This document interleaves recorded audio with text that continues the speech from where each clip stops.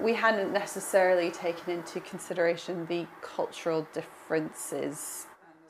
But those cultural differences weren't often talked about when Andrea signed up to the Homes for Ukraine scheme. She lives in a diverse part of Birmingham. After a week of staying there, her guest told her there were too many Muslims in the area. We were quite shocked at how difficult she found different cultures. She felt there were just too many Muslims. Too many Muslims, too many people with different skin colours. Her guest's son was enrolled into the local school, where the majority of children happened to be black and Asian. And then to just have her complain about the demographic of the school and going, well, he can't be safe there. There's not enough white kids, essentially. The majority of my neighbours are Muslims. A lot of them are Kashmiris or Pakistanis, Indians, and they're wonderful people. And you just felt if you just would sort of give them the time, perhaps we'd come to the same conclusion. They both agreed to end the placement. Hello, I'm here in Liverpool city centre on this windy, cold Wednesday afternoon. You've just watched a report commissioned by Channel 4 regarding Ukrainians not fitting in, supposedly not fitting in to UK culture.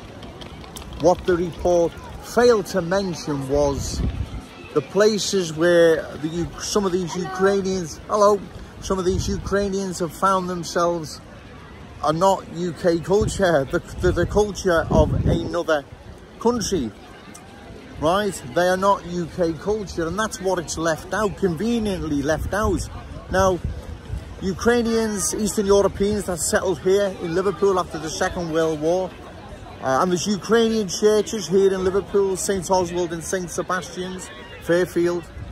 The Ukrainians, they're fitted in, no problem, right? Quite easily, because the Europeans, that's why.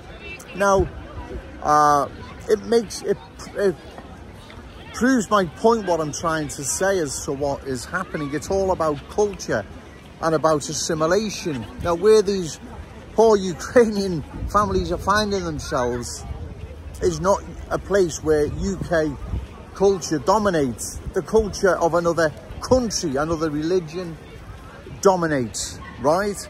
And the same now is going to happen here in our wonderful city if we allow it, right? The report's very interesting because, like I've said, it proves once again that it's all about culture.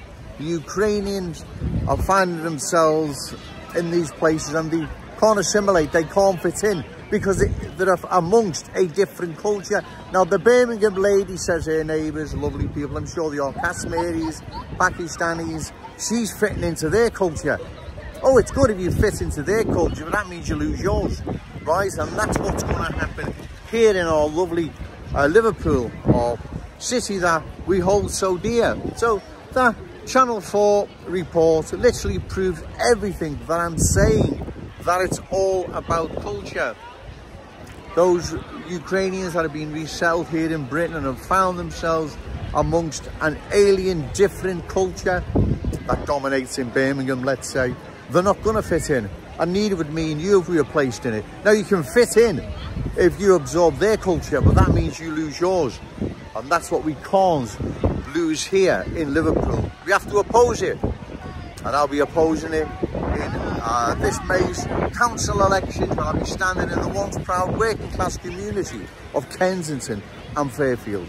I hope that made my point. I hope I articulated that message best I could. Okay, thank you.